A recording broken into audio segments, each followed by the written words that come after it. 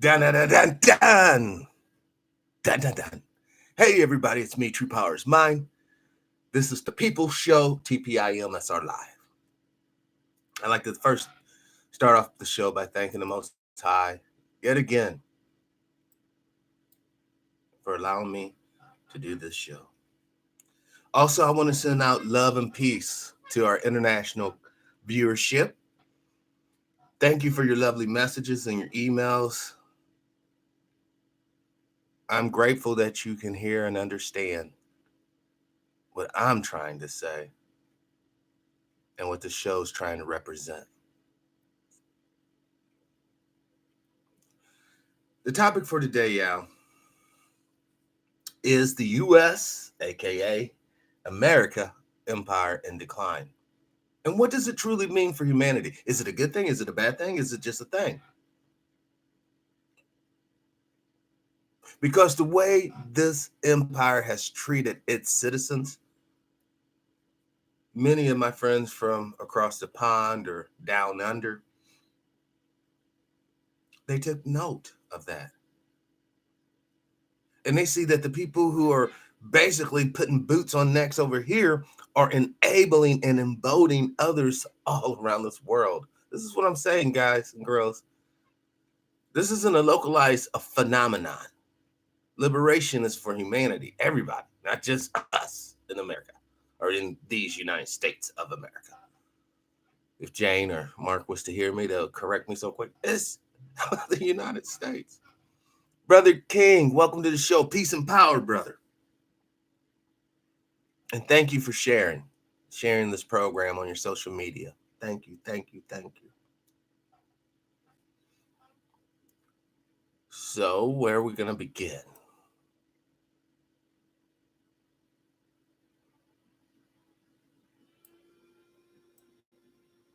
And this is where the little deal gets a little tricky.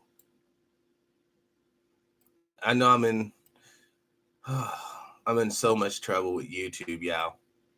It's like every time I turn around, I'm getting a new copyright, this or that. I want to open up 2 tabs real quick. I literally just got out of meditation, brother. So I haven't even checked the news for today. But we can do this together. Hold on. Let's see what's going on in the world.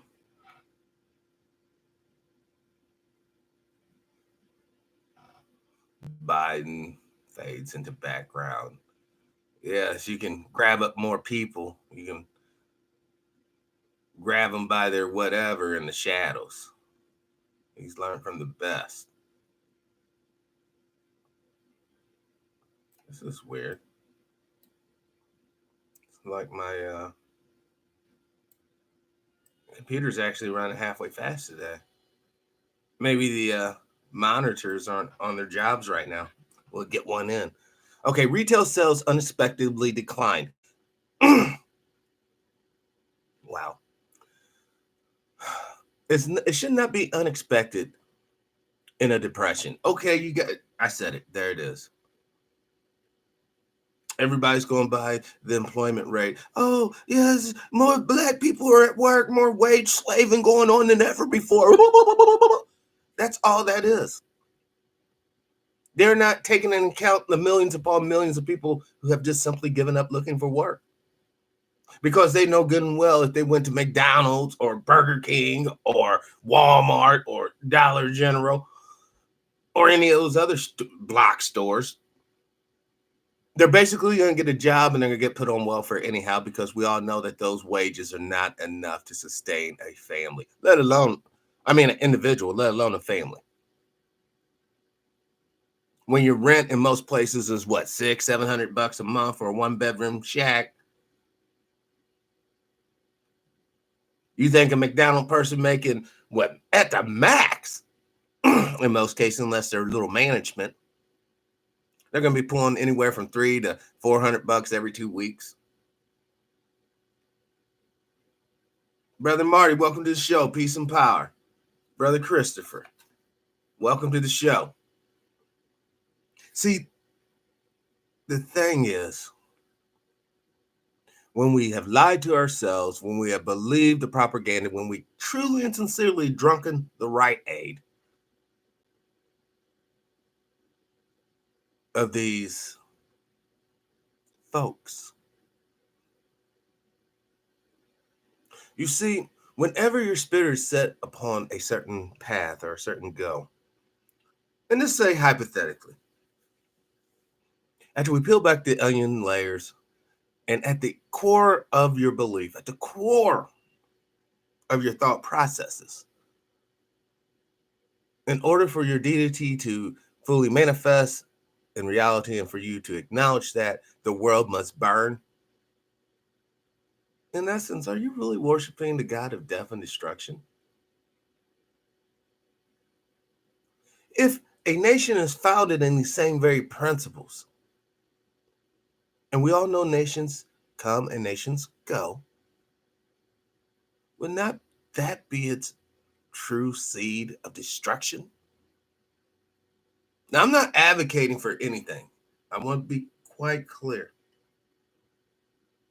I understand, man, this political environment we find ourselves in right now, Brother King, Brother DJ, it's bad. You bet not be talking bad about the government. I mean, seriously, unless you have some sort of, death wish. Cooper, welcome to the show. Peace and power to you. Here's the gig, and here's the gag. For those who don't know, I'm going to hip you. I'm going to initiate you into some of the more subtle realities of this world. Let me grab a drink.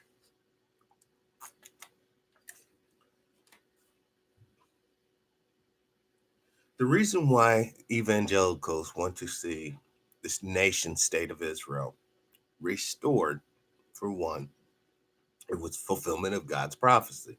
Powering off. Now they want to see the fulfillment of the temple.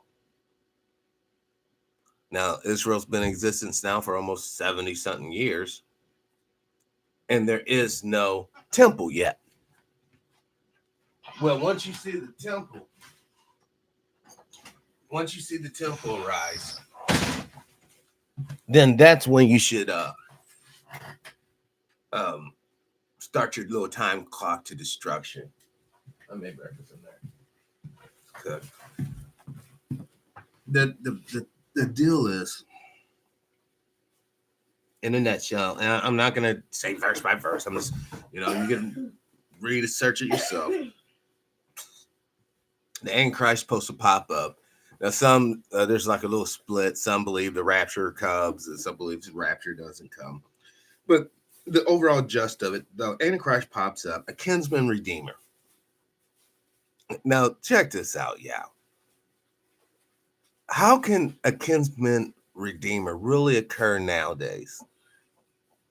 I mean, if this is all based in reality and truth, how could this even possibly occur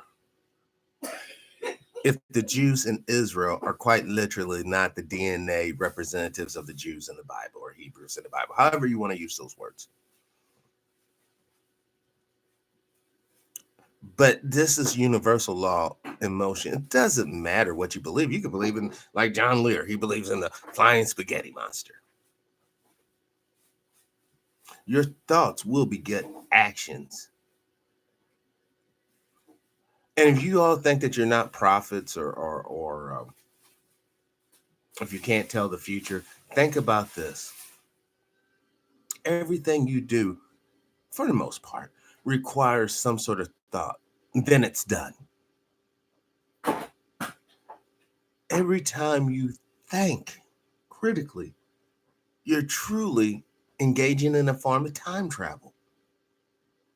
As long as you carry the thought out to completion where it actually manifests in some sort of action. Like today, if I wanted to let's say I wanted to build a small cabinet, maybe 3 or 4 drawers.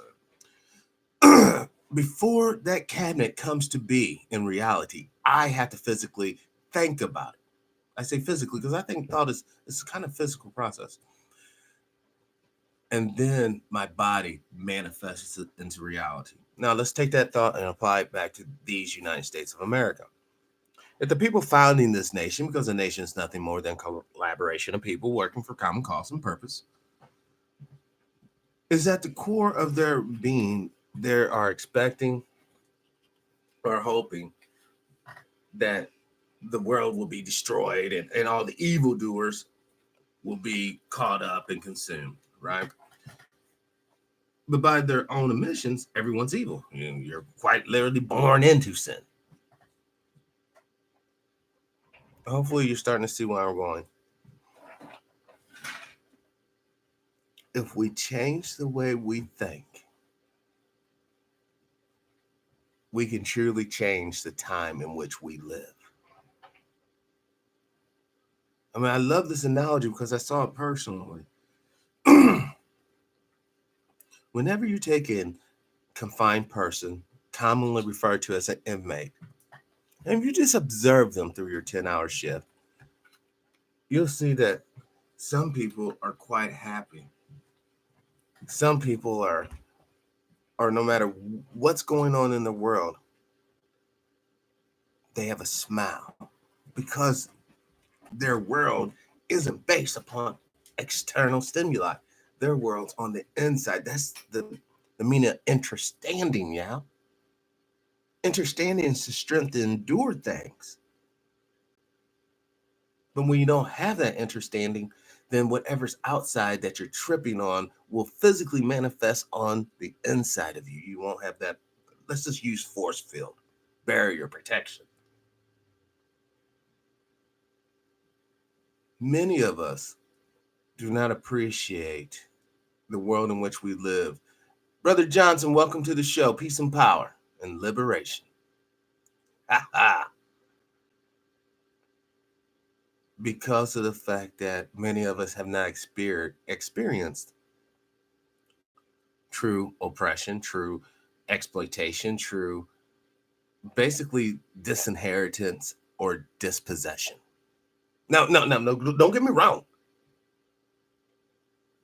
Now, allow you brothers and sisters out there experience some shit and no one talks about it. I'm not talking about that. I'm talking about the whole society in its totality.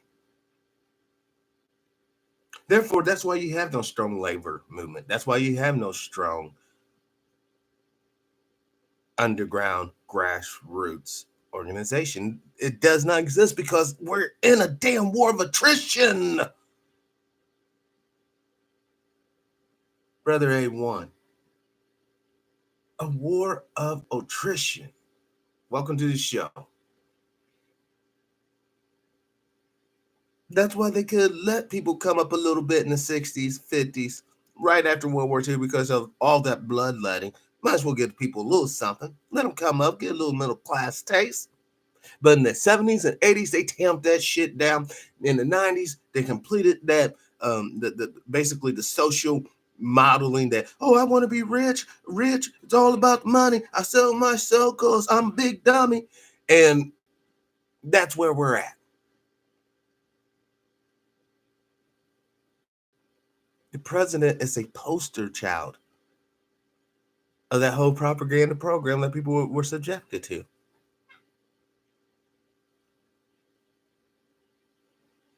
I was talking to a dear friend the other day, and we were talking about the end times, kind of what this show's about today. And he would mention Mog and Magog, Mog and Magog, I believe. Basically, the two last true governments of the world. And the thought hit me as we were talking, as he was sharing all the, his theological history or information.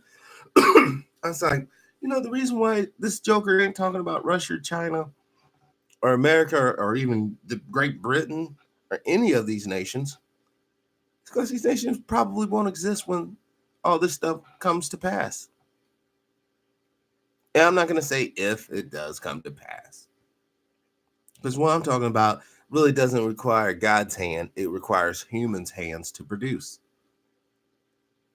That new temple's in Israel, not going to come flying out of the sky, y'all. Now, of course, a city supposed to fly out of the sky with 12 gates, but that's not what it is. That temple is going to be made by men and women, and it's going to probably be made by melanated men and women. Except for someone like Donald Trump's going to run up in there talking about their God. We are up against a wall. We are up against the time clock. And unfortunately, we're pitted against each other.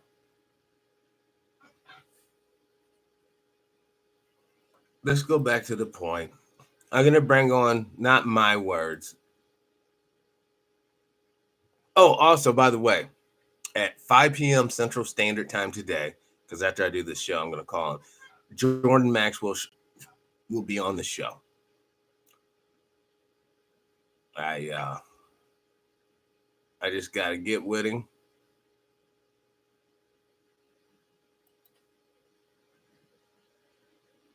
Let's This is 10. No, I don't want to see you, you raggedy ragamuffin. All right, let's see what we got.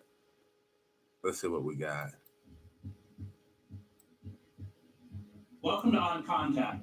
Today we discuss the coming collapse of the American economic system with economist Richard Wolff. We've given a free pass to a capitalist system because we've been afraid to debate it. And when you give a free pass to any institution, you create the conditions for it to rot right behind the facade. And that's what I think is happening. The income inequality in the United States has not been this pronounced in over a century. The top 10% has 50% of the country's income, and the top 1% has 20% of the income. Now, I want you guys to be mindful. The only reason why he did this, some Christian back in the day must have really butthurt this fella. Because he's only pointing out these economic deficiencies to try to get the poor white folks and whatever black folks subscribe to his particular brand of understanding energized to form some sort of coalition. He realized that the good old days are coming to the end, and that means him too. He's not really trying to liberate fucking nobody. If anything, he's just trying to move you from one plantation to another plantation. I want the world to be liberated. I sincerely believe that's our birthright as human beings. Because the last time I checked, no man made this planet.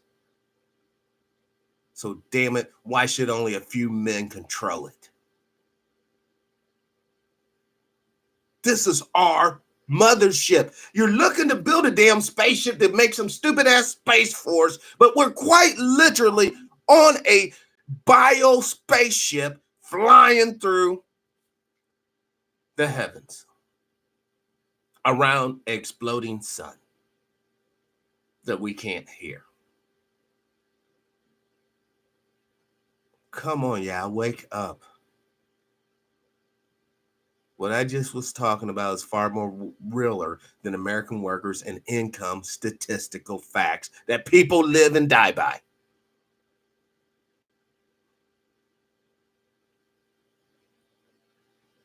Another aspect that they're not going to talk about in this particular presentation about the decline of this nation. A lot of people are so quick to run, the 134th, the military in general. We are not meeting our military requirements. Brother Ray, welcome to the show. Yes, I know it's a lie, brother. But I can't say that because if I do, our show will be canceled promptly. So much for freedom of speech, but as a melanated man, I already knew I really didn't have it to begin with.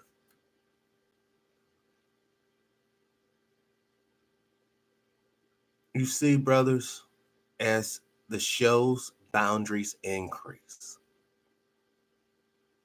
we started off as a whisper. We get more listeners, the show starts growing.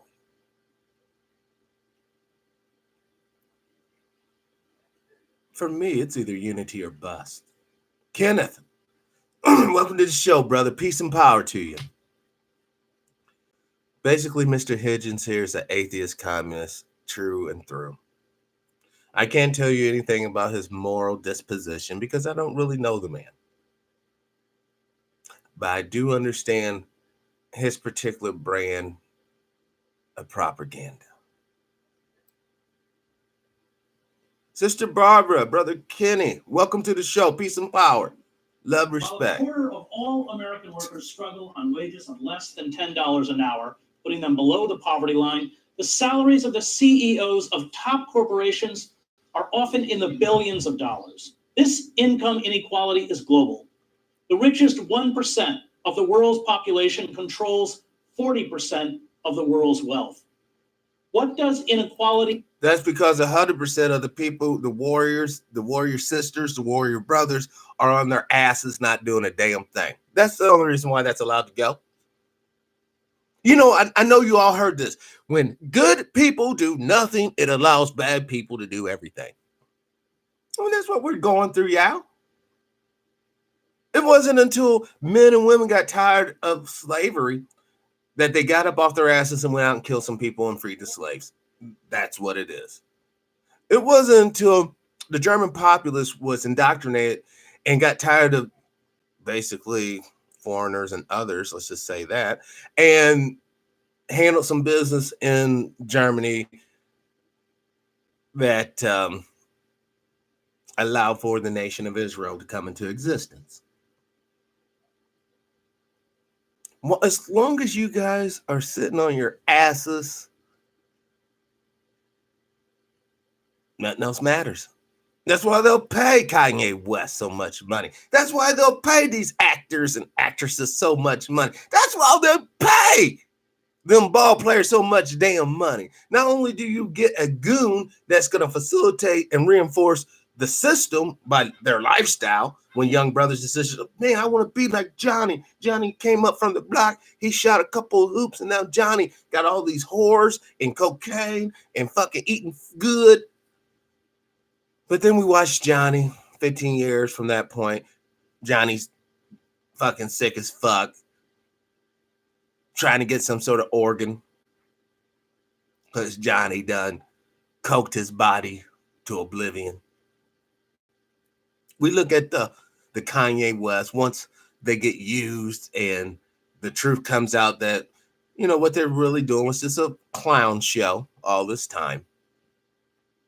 You brothers and sisters won't be fooled. And the brothers and sisters you share this information with won't be fooled. Now, the rest of the people, oh my God, I couldn't believe it. I couldn't see it coming. Because your ass head is in the sand and your ass is up high. And that pain you be feeling, that's the system going up in you. Now, you keep on playing around, keep on playing your games. You know, it's all a joke. All this is just merely entertainment. None of this is real. Just keep on keeping on. You're going to make it because you're faking it. Absolutely. It's been a tried true traditions from peasantry going all the way back. But there has to come a point in time, brothers and sisters, where reality is going to hit you square in the face. Now, I know a lot of you think I'm hyperbolic when I say, you know, there's a train ride pretty much waiting for each and every one of us. I'm not joking when I'm saying this. You can see the plan being fomented. You can see the ideal being percolated. Some of you old enough to remember the old coffee, when it percolated, you'll see that coffee shoot up every once in a while. It didn't constantly, just every once in a while. Bloop, bloop, bloop, bloop, bloop, bloop. Well, that's what the heat in this nation's doing. When it erupts and we seeing it, we call it the LA riots. When it erupts and we see it, we call it Waco. When it erupts and we see it, we call it Ferguson. When it erupts and we see it, we call it 9/11.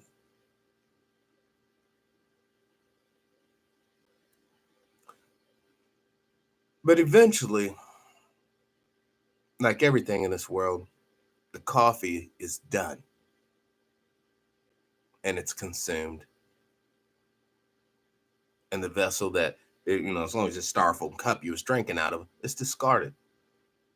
Well, the same thing is true with this nation. The evil, wicked men and women of this world used it. They're consuming its labor, its product, its value, its worth right now as we speak. And once it's finished, they're going to discard it. When's the last time any of you guys were scared that Spain was going to come and kick your ass and take your shit? Probably not a one of you. But prior to last century, Spain was a superpower. Portugal was a superpower. But now they're fucking irrelevant for the most part. Even the UK's fading from importance. They're like an old man that time is caught up to, and now he's almost impotent.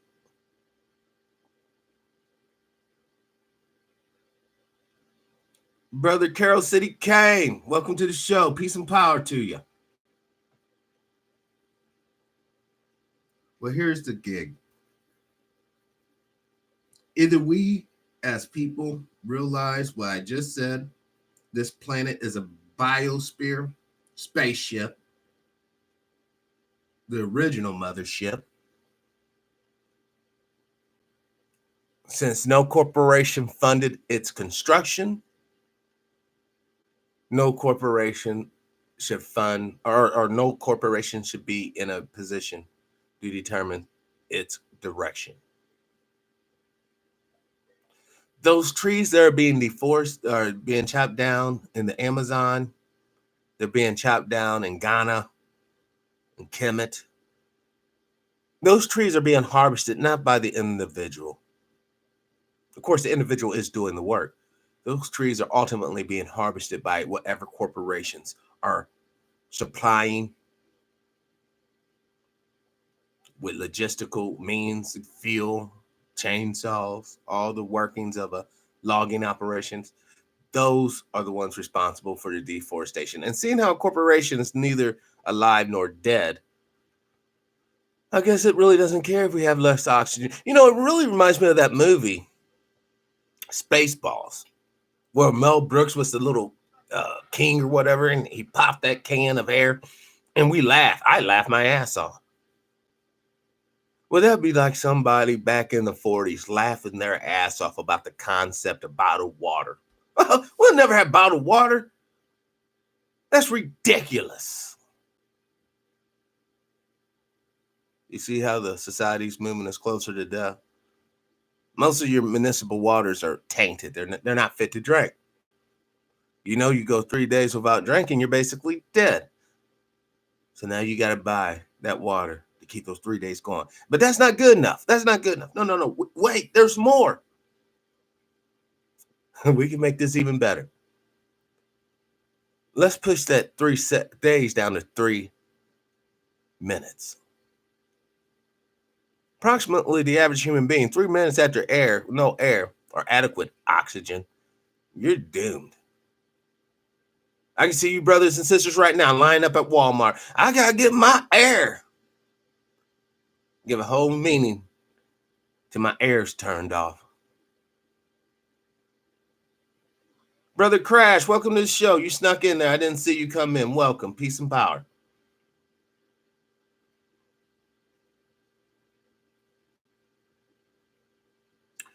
I was talking to a friend from overseas,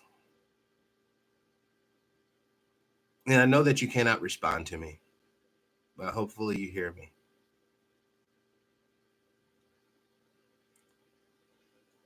You asked me a question about your leader, and I told you I would meditate on it, and I have.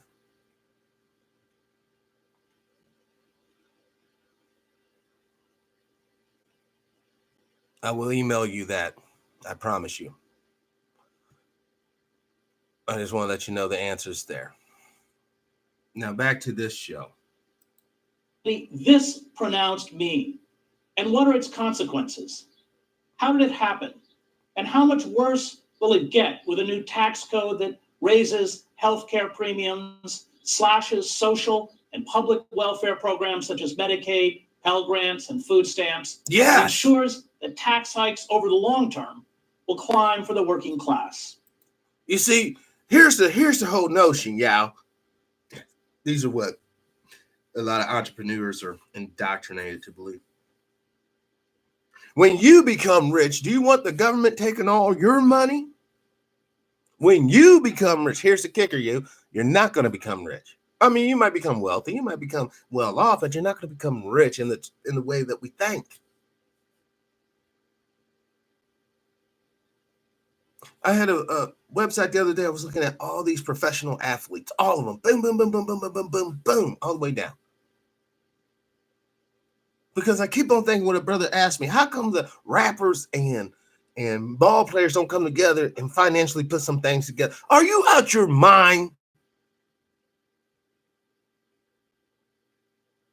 The way this money thing works, the more talismans I have,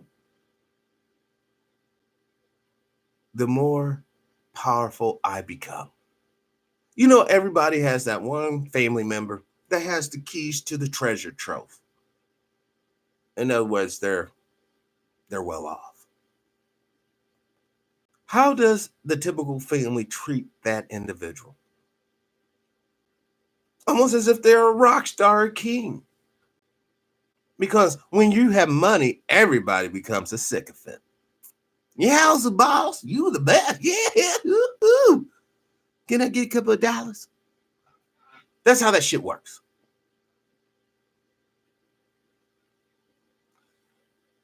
What happens if we took money out the game right now? Seriously, people's changed their minds. They see there is no value in the magical talismans. There is no value in all these political parties and affiliations. But there is value in life, and there is value in working together.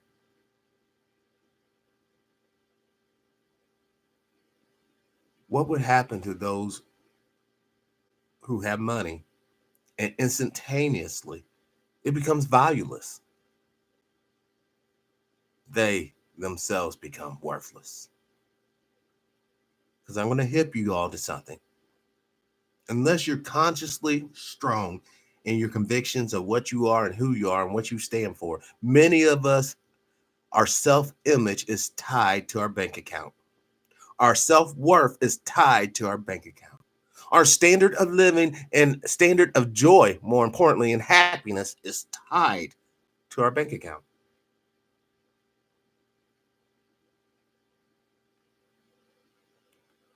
We are going to finally get free. I feel it. I believe it. Humanity will finally be liberated, but I'm fearful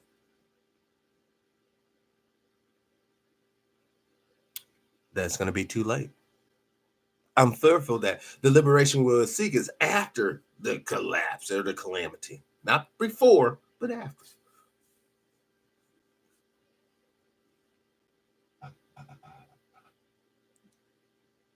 If we do not stop the madmen and women of this world marching towards our collective destruction, because don't forget, at the end of the day, they're really a death cult. They have been duped. They do not understand. You might, they're so sincere, Brother Pat. They're so good. No, they're not. If at the core of your being, you really seek and desire for this whole world to be consumed by fire and destroyed, you're really in a death cult. And it goes back to what Mark was saying. You know, these evangelicals don't give a shit because, hell, when they die, they go to heaven. Don't you want to get to heaven?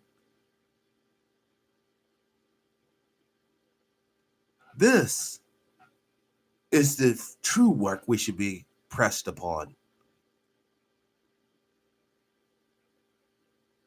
The preserving, not just of the earth, but of ourselves for future generations.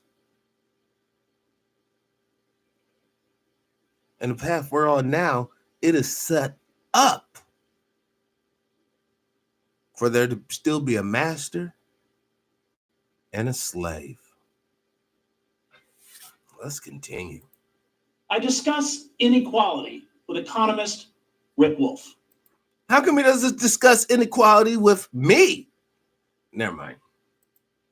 So where we're this late stage of capitalism, which the Trump administration is accelerating, it's part of a pattern. Tell us where we are.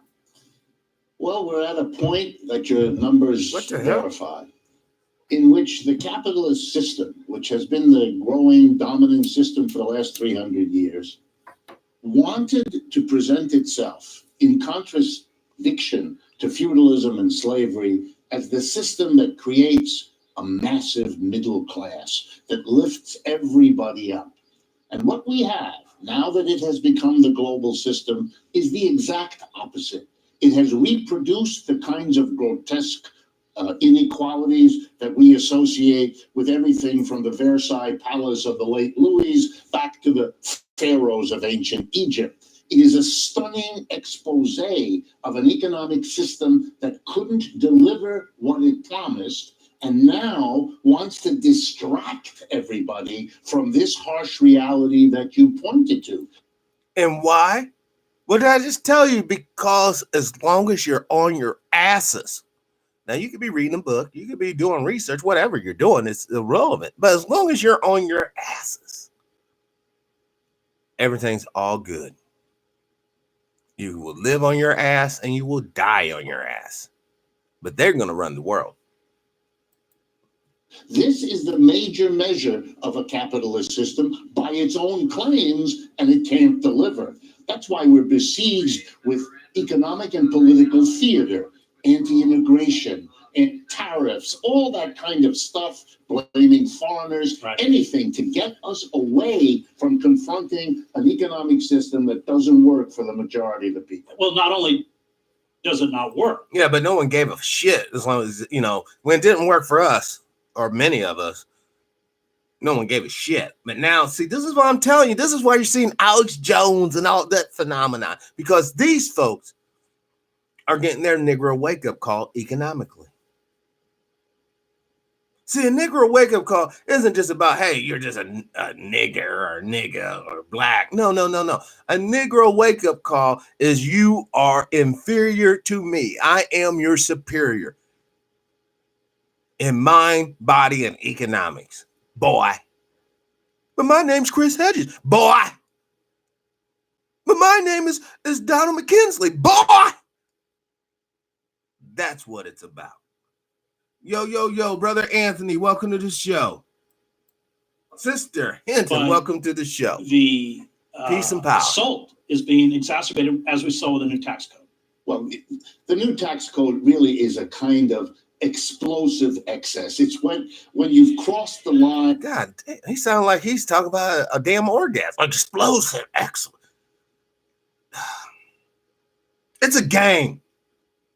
Just tell the people it's a game so that they'll understand it and get it. If you think for 1 second all the advances and progression of humanity since written history only occurred through entrepreneurship and economic endeavors, you're sadly mistaken. Most advancements comes forth because someone asked a question, followed by another question, followed by another question, until they overcome the problem, until they overcome maybe a situation.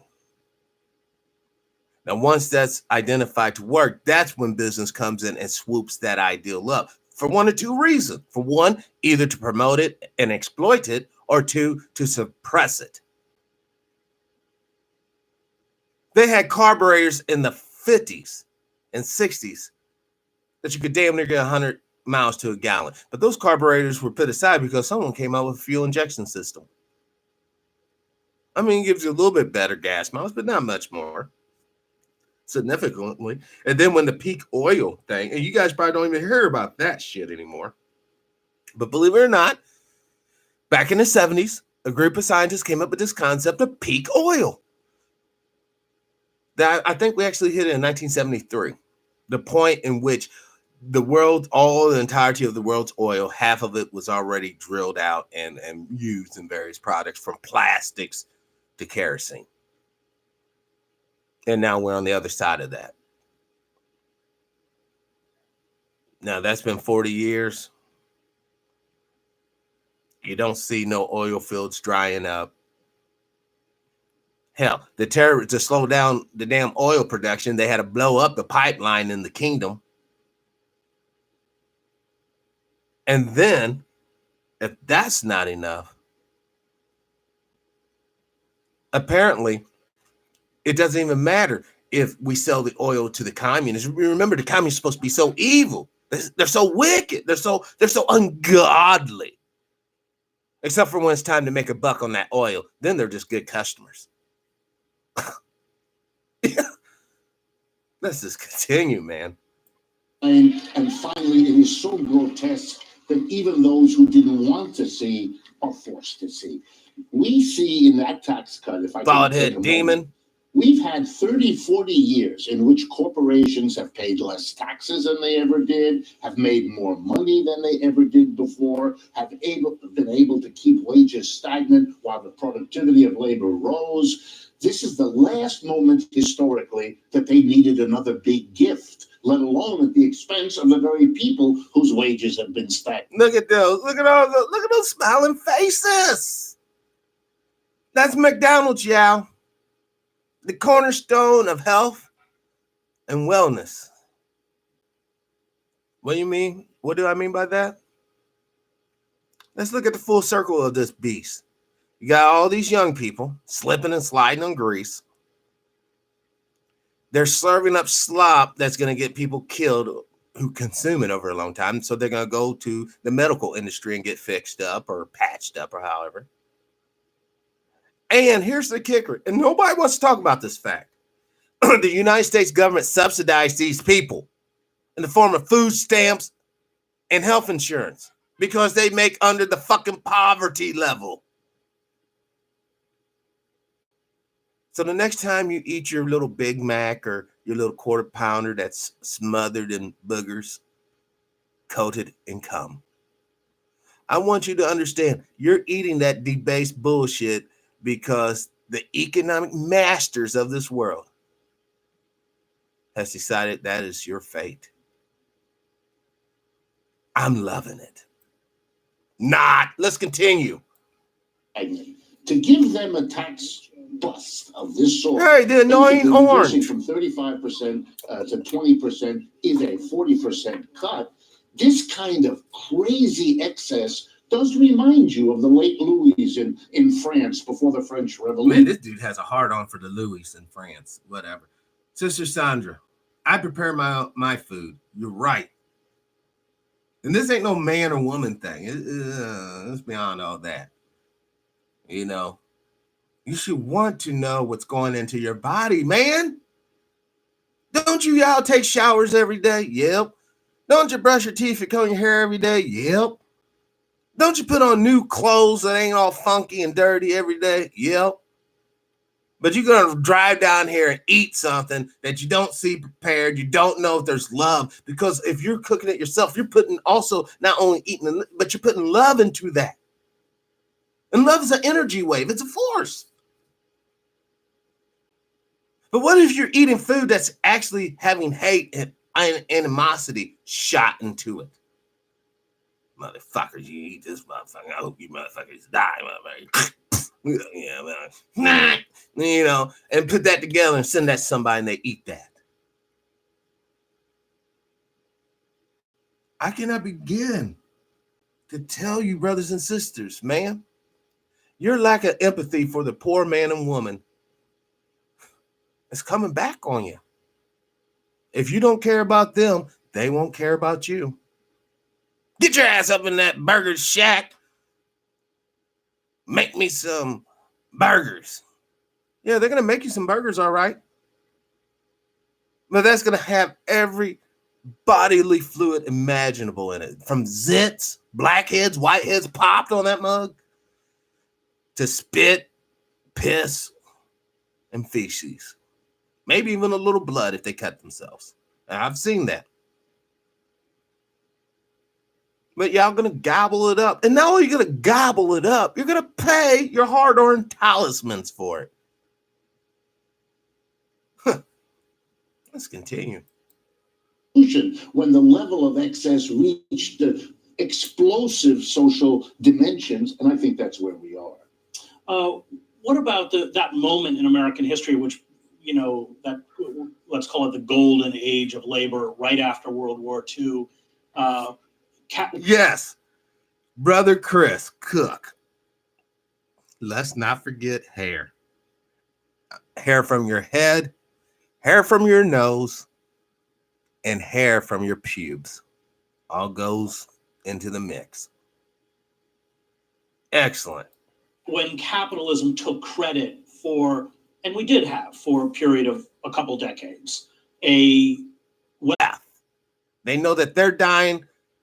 They've lied to themselves. They've deluded their own minds to such a degree that they don't even understand that they are indeed the true enemy to humanity. They are indeed the devil that they so viciously preach against. Let's continue. Capitalism crashed in 1929, and that was the only one worse than what we are living through now since 2008. At that moment in history, we had a different American response. The mass of working people joined unions. These are people whose parents hadn't been in a union. They had never been in a union. They saw the union as a way to get through this depression with less damage than you otherwise would have had to undergo. And they joined socialist and communist parties. And those parties worked together with the labor union, the CIO. And you had a mass, and I don't use this word lightly, a mass uprising of victims of capitalism, shaking their finger at the system and basically giving Mr. Roosevelt and the political elite an ultimatum. Well, he heard it. In his private correspondence, he talks about revolution. Absolutely, because they told him, either you help us through this depression or there will be a revolution. Okay, well, come on. I ain't gonna even get y'all fired up on that tip. We don't have to worry about that. There will be no revolution. You don't have to worry about being televised, broadcast, podcast. It's not going to occur. It's not. Can't even wake people up to see that jumping into the lot that we're in to try to preserve and restore and progress humanity. Can't even get people to do that, even if it saves and betters their life conditions. Can't even get them to do that. Because what these two gentlemen are trying to incite are lower, middle class, and poverty class white folks to rise up like they did back in the 20s and 30s. I'm telling you right now, the elites are already playing through all this shit. That's why they're allowed to talk this bullshit on their little show. As long as those Trump boxes, as long as those EBTs and food stamps, as long as Section 8, as long as all of that's in effect and they're rolling on that, man, this is good to coffee talk information, but this ain't revolutionary makers conversation. You're not going to make no revolutionary people the way these guys are talking. Because at the end of it, if you really listen, at the end of it, all they're wanting to do is keep the little rights and privileges they traditionally owned and possessed. That's all they want. Even these guys, even these two, don't get fuckity by the funk. That's why they're bitching and pissed now. This old boy's too damn poor. He can't even afford a fucking tie. Eating all that GMO food done busted his neck out. That's why he's pissed. The CIO tended to want the help. The socialists and communists tilted the other way. And it was a good cop, bad cop kind of routine that was done. And he got the message. And that's why he created Social Security, unemployment compensation, the first minimum wage, and public employment. 12 million people put to work on the government. And when you do all that, you create, for the first time, a real pushback against capitalism's basic tendency towards inequality. And now he understands. See, as long as the basic tendencies towards inequality equates to Sister Sandra working out in the field, Brother A1 working out in the field, Brother Crash working out in the field, Brother Anthony working out in the field, Brother Chris, Brother Chef. Hold on, I ain't gonna forget you. Brother Caroline City, Brother Kenny, Sister Barbara, Brother Ray, Brother Brown, DJ, you're in it as well, and Christopher, Brother Fred and Marty. And Wally. As long as y'all are all out in the field slaving like a mug, capitalism, it doesn't really impact me. But as soon as my kid has to get out there with you, or my old raggedy ass have to roll out there with you, now we got a problem. This is the fundamental issue, y'all. As long as it's kicking us in the ass, it's no big deal. It's working. But as soon as the beast requires more ass to kick, now suddenly it's an issue. Oh, shit. No. Either we see that all will be free and liberated, or none will be free and liberated. That's the only thing that matters.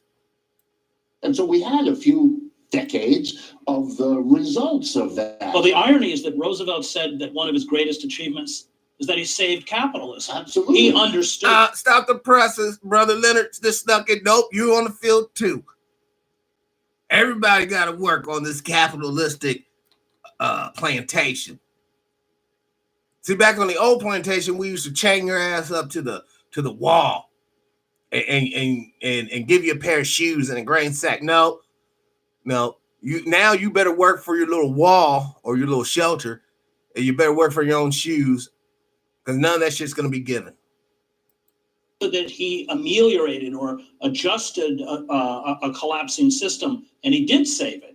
And yet, ever since, let's say, 1948 with Taft-Hartley, this draconian bill that makes it hard to organize forward, the capitalist class essentially sowed the seeds of their own destruction, didn't they? That's the irony. Yeah, they're really destructing. No, they sowed the seeds of y'all niggas. I didn't mean to say that. Forgive me, chat room. I just got carried away for a second.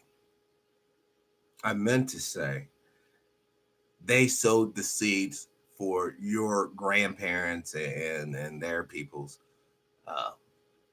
inevitable economic slide down. You know what I'm saying? I try to keep the show on a higher plane, but once again, I am no saint. I am just a man out here trying to share a little truth. He saved them from themselves, but they were so enraged by the fact that the way he paid for Social Security unemployment was by taxing corporations and the rich. Which were up to 90%, right? Amazing. 90% for the top bracket for the income tax, much higher rates on corporations.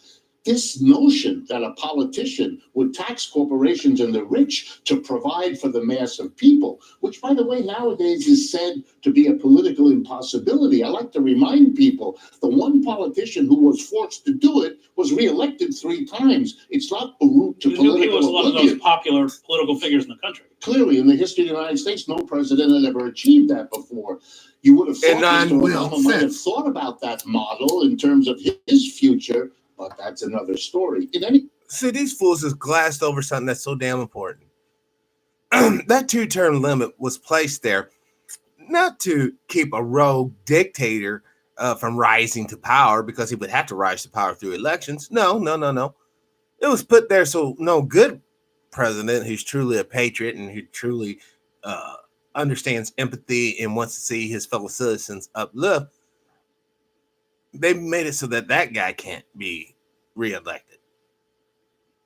You see, there is really nothing a man can do in 16 years, or not 16 years, 8 years at the max, on such a large level when it's pertaining to a country. I mean, you can write some executive orders, absolutely, but ultimately all you are is a puppet to the main power that's really pulling your damn strings, getting you to do the policies and procedures that they want done, so that when the hammer comes down, like right now, you want to talk about a dictator, we're in the most vulnerable point in U.S. history for a dictator to truly arise and maintain his or her, or maybe even its power. Don't be shocked in the next few years we don't have our first transgender president. It could very well be Kate Jenner or whoever the fuck. dudes going by nowadays. Wouldn't that be a trip? In any case, Instead of a chicken in every home, there's going to be a pair of stockings in every home. after the war, the reaction of the business community, enraged that they had to pay these taxes, were to destroy that coalition. Communists, socialists, and unions. First go after the communists, convert them from militants into agents of a foreign power, then go around the country telling everybody that socialism is just like communism, it's just spelled differently, and when you got rid of them, you go after the labor movement. Okay. You know, before he goes into his little wet dream on how great communism and capitalism is, I just want to remind you, melanated brothers and sisters, you will probably get what I'm ultimately saying here. You already deal with a quasi-capitalistic society with racists at the helm. What kind of society would it be if it was communism or socialism? With still the racists at the helm. You will get up and work. You will go out and pick the cotton. You will. And you will do it with a smile on your little nappy fucking face. That's what would happen. Movement, which has been, as we know, on a 50-year decline. So, the capitalists got rid, but the irony, as you put it, they got rid of the coalition that forced it, but that got rid of the very mechanism that Roosevelt told them saved you. And so we now have a crisis since 2008 without the movement. Could you please tell us what was the crisis in 2008? They won't. I will. The crisis in 2008 truly and sincerely was the interest had to be paid on the debt that we owe to China. And we did not have the money to fork up at that time. So they offset it. And that loop is coming back again. You know, the first time I come at you, hey, brother, sister, give me the money I loaned you. Well, you know, I don't know, brother. I don't. Okay, I'll come back. But next time I want my money. What do you think the person's going to do the second time you talking about I don't have your money?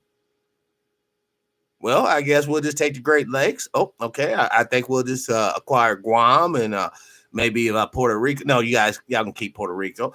Well, I think we'll take the U.S. Virgin Islands. I think we'll take your assets in the Middle East. You know, now we'll probably fight to the bitter end for Afghanistan, though. We'll fight for those opioids. You know, we might let the oil go because we found oil here. But until we can get some poppies cracking in, I don't know, Colorado, Afghanistan's ours.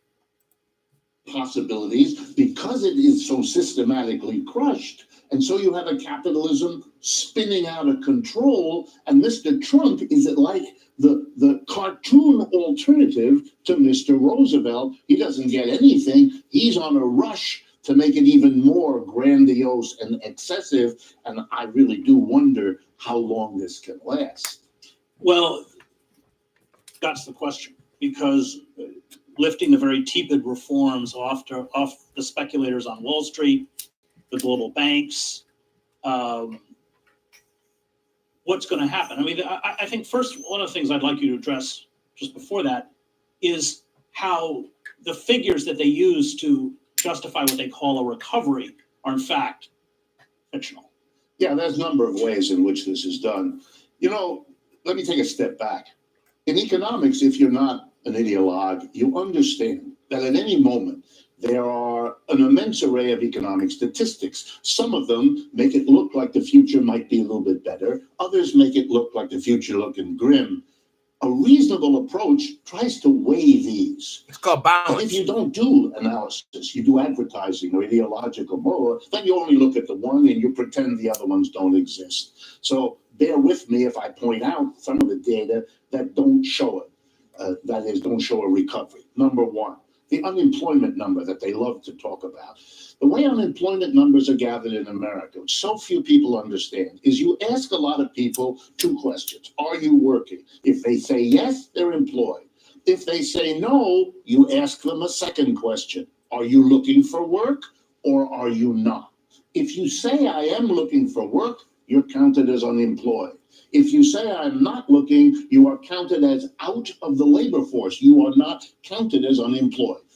So you don't need to be a statistical genius to understand that if over the last 10 years, a significant number of people gave up looking because it's too disgusting, because the jobs they were offered were so inferior to what they had before, that the jobs they offered were so insecure as to make their family life impossible. So they either went back to school or went into the illegal economy or began to live off their friends, relatives, and neighbors, then you'd think unemployment rate went down as if this were an improvement. But the actuality is it's a deterioration. And we know that because what it does is it leaves a smaller number of people in the labor force to support the entire population. And that's fundamentally a bad thing. But it also does things. If you work 28 hours a week at Walmart, which is the average hourly work week at Walmart, you're still below the poverty line. And the Walton family, which is making $11,000 an hour,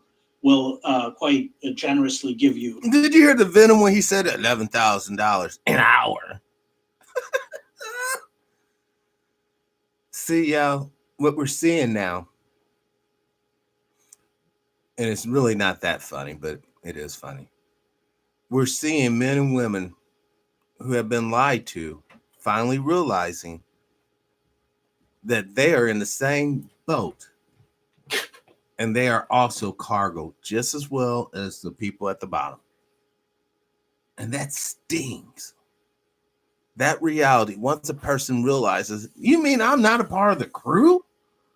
You mean I'm not the captain? I'm just cargo? It stings.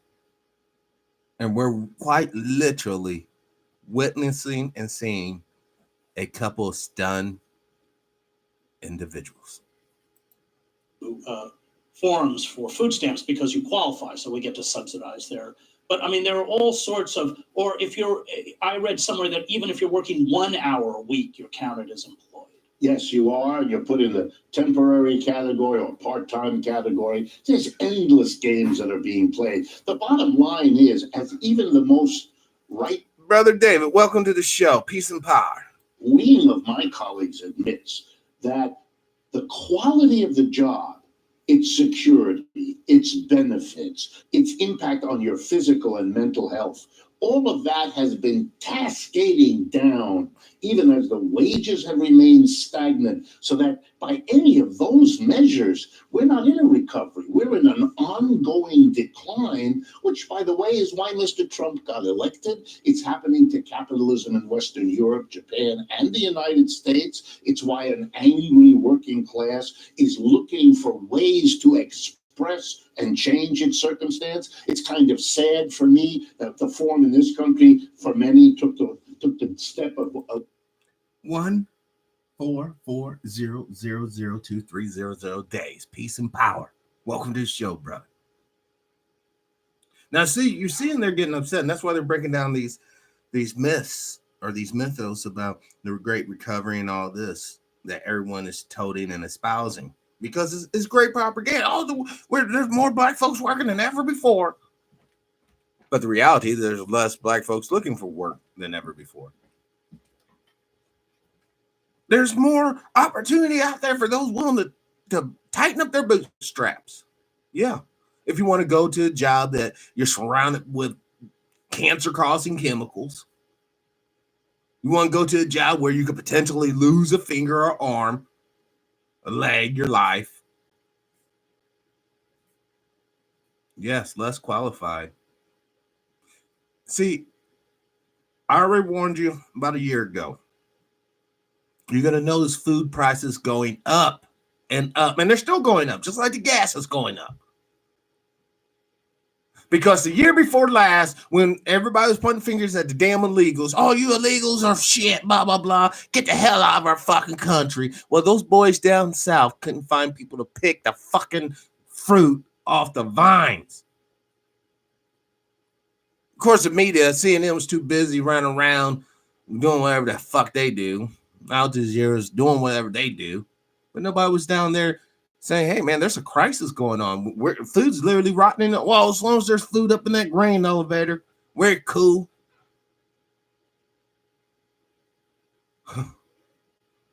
Man,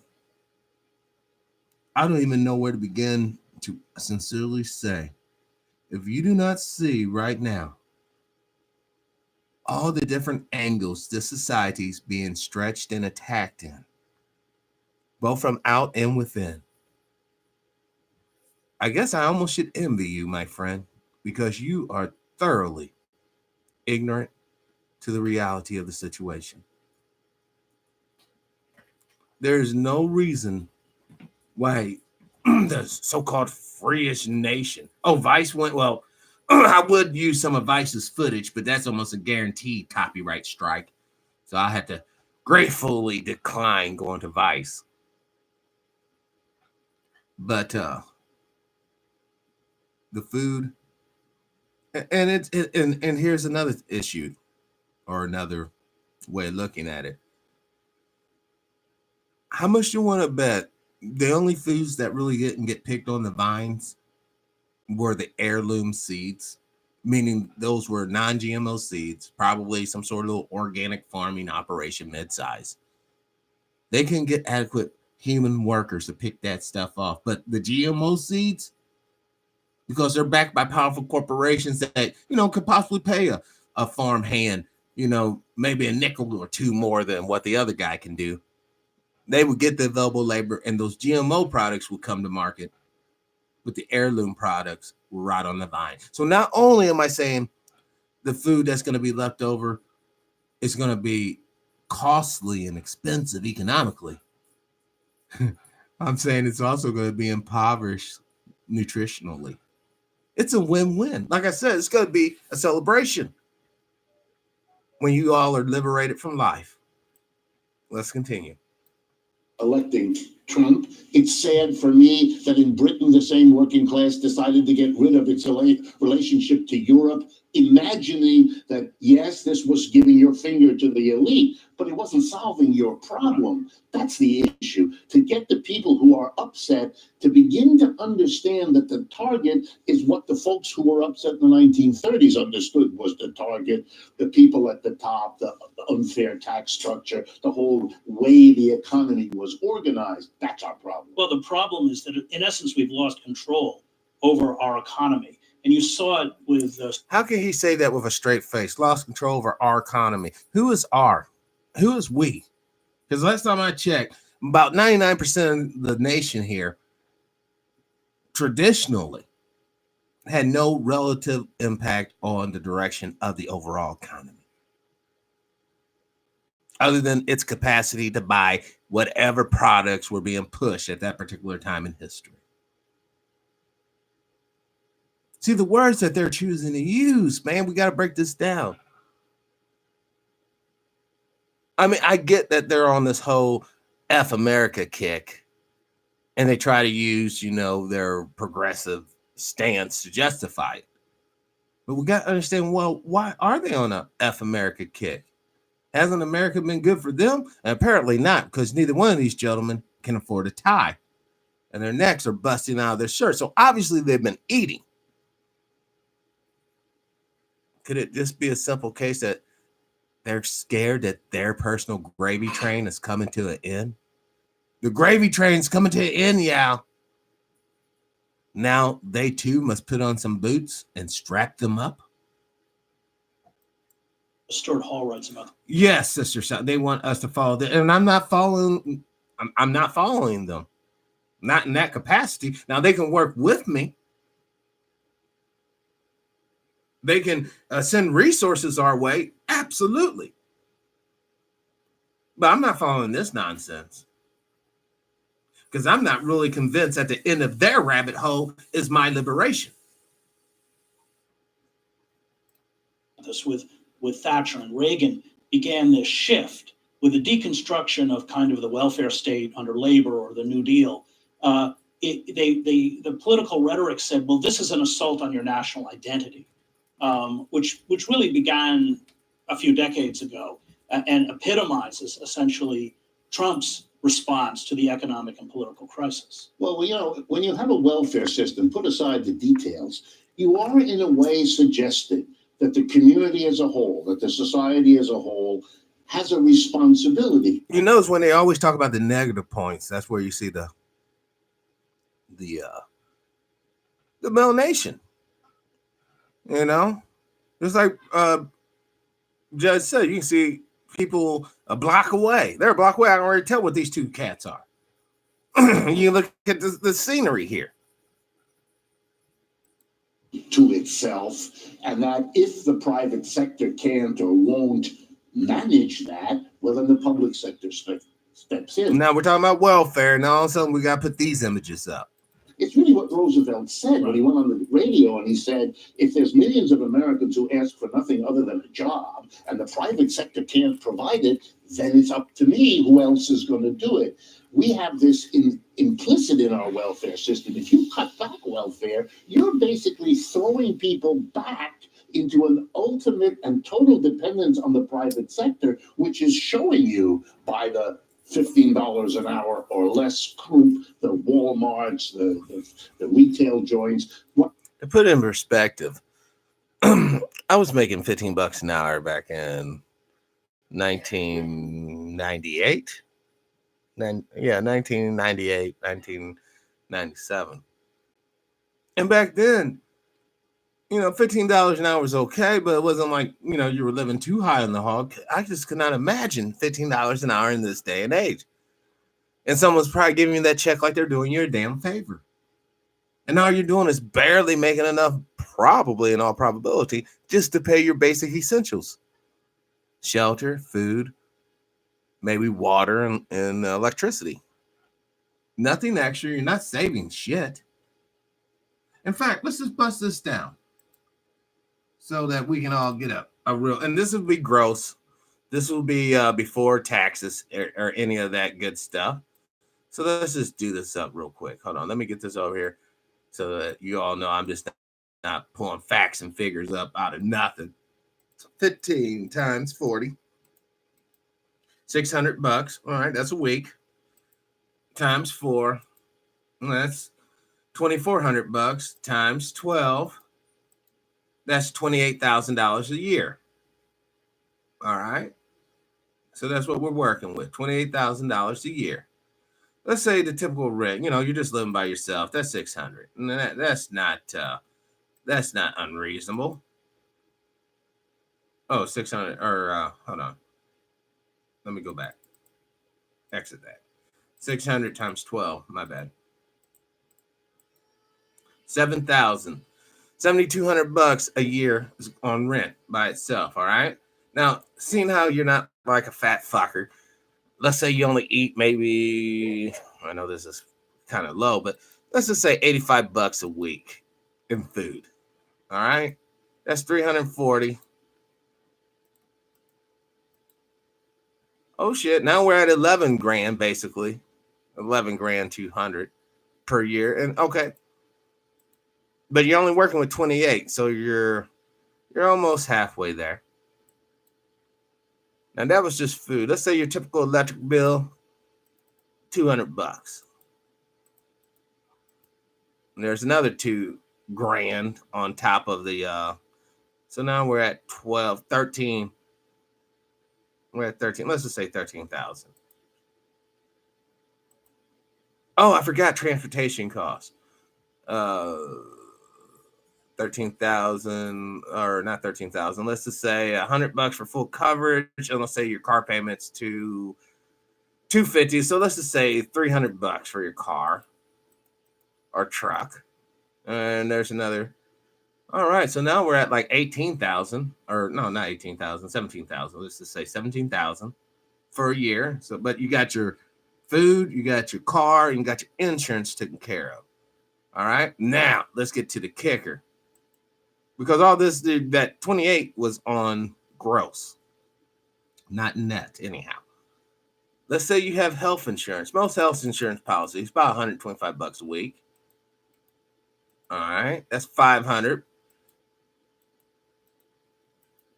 Now you're at 6,000. Ooh, now we're over, like, now we're in the 24, not 24, 17. We're in, hold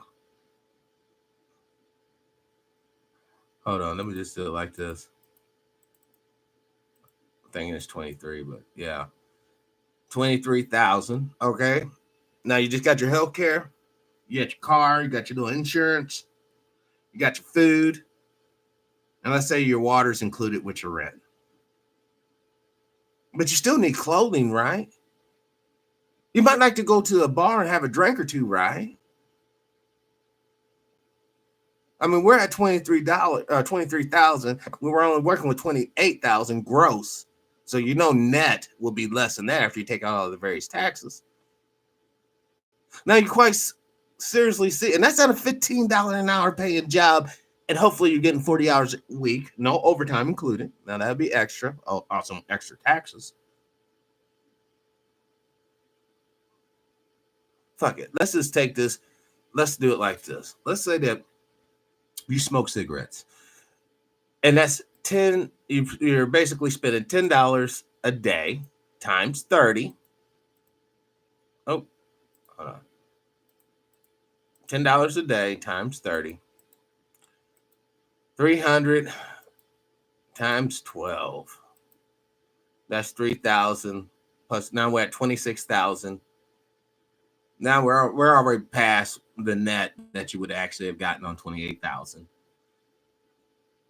What I'm saying is ultimately, and why I'm trying to show you in a very convoluted way, is that when you start counting up the money, you see it does not make sense. You literally see the wage slavery in action. You quite literally see the chains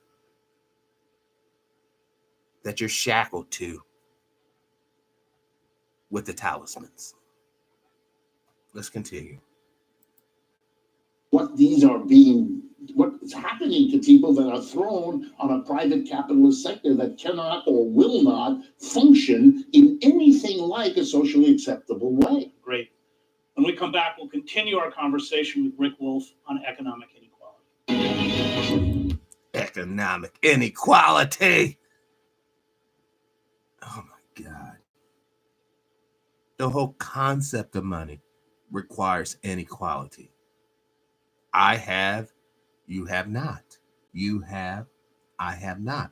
The balance in money, the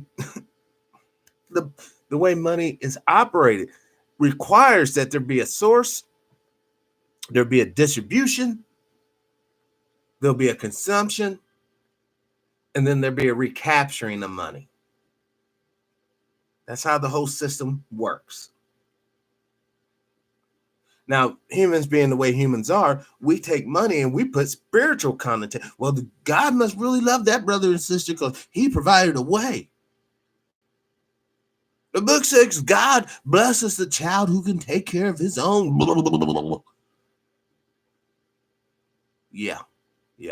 And at the end of that, you also have to remember, you have to remain segregated from other human beings. You have to remain dominant over other human beings. You would never have peace. That is the key to religion. That's the reason why it's tolerated, even in these advanced days, because it's the one avenue that you are insured to have people divided in. Now, people can damn near come together on all the other topics, for real, damn near. But since we cross over that bridge into the religious and spirituality zone, all suddenly, those divisions are set in fucking iron and titanium, not stone, iron and titanium. That's what it's all about. It's about Brother Leonard looking down on Brother Chris, who's looking down on Sister Sandra, who's looking down on Brother 14400-233 or 2300 days, who's looking down on Brother David, who's looking down on Brother Chris. It's ensuring that you all remain segregated in your cause and purpose, and you remain segregated in basically life. Because the moment that y'all come together, the moment that you all are like, you know what? We're going to rush the True Power Federal Reserve, and we're going to take True Power's ability to print money away from him, and we're going to divide up the resources, or at least open up the resources to all. But it takes a group effort to do that. And as long as you guys are fighting amongst yourselves and using my money that I'm printing up out of my magical machines, I don't care what type of rhetoric you're talking. I don't care how fancy or how unfancy you're dressing. I don't care if you're eating or starving. As long as you're using my magical talismans to pay your bills, pay your debts, show your love, buy your gifts, pay for your entertainment, as long as you're using my money that I'm quite literally whipping up out of a machine, I don't care if your little president elects my chairman of the board, because I done bought off your damn president, fool. I don't care if your little Congress tries to oversight my organization, because I bought off your congressman, fool. Because after they get out of their little jury, or not jury, but their little committee, the moment they walk out that mud, they go to that vending machine and put what in? One of my dollars that I made.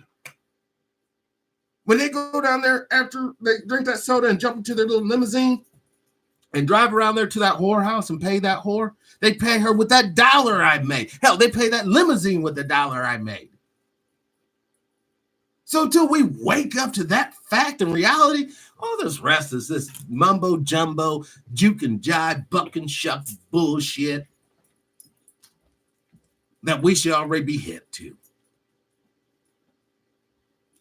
Money is a drug, and every user is an addict. And this is just real talk. If you don't believe you're addicted to money, then you're a bigger fool than I ever thought. We're all addicted to the money. Sure, some of us have better addiction than others. Some seems to be managing the addiction better than others. But at the end of the day, we're still all addicted to money. Think I'm lying? Ask the little kid who's getting a transplant today. You think I'm lying? Ask that little homeowner who just signed that contract to sign to pay 30 years note. You think I'm lying? Just look at that little boy, girl begging grandma and grandpa to co-sign so that they can go into debt for this little raggedy ass used car. You're addicted to money. And all I'm asking you, brothers and sisters, if y'all were addicted to life like you're addicted to money, boy, corruption, you better look out.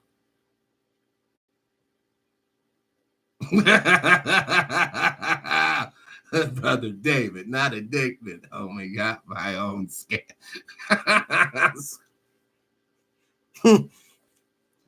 But that's the whole trip, y'all. I'm going to post this link. I believe I'm at the hour mark. Yep, I am getting good. Just went 20-something minutes over, but believe it or not, this is only a 26-minute show I'm posting here. And we got halfway through it. And that's pretty good, I think. But once again, y'all, please join me at 5 o'clock Central Standard Time, 3 p.m. Pacific Coast, and that would be 6 p.m. Eastern Coast time. Jordan Maxwell will be on the show. We're going to go deep into codes, deep into the meaning behind the meanings. It should be a super informative. I do have a special question that a confidential informant asked me to ask. I can't, I don't want to reveal who this confidential informant is, other than they have been on the show several times themselves. But it's going to be an interesting show. Please join me then. So this will conclude TPIM SR Live. Today's date, October 16, 2019, the year of our Lord. I ask you sincerely, live your life with integrity without hate, envy, or greed. Brothers and sisters, let's please try to be kinder to each other. Peace, power, love, respect, unity, and dignity, and liberation for all. I'm out.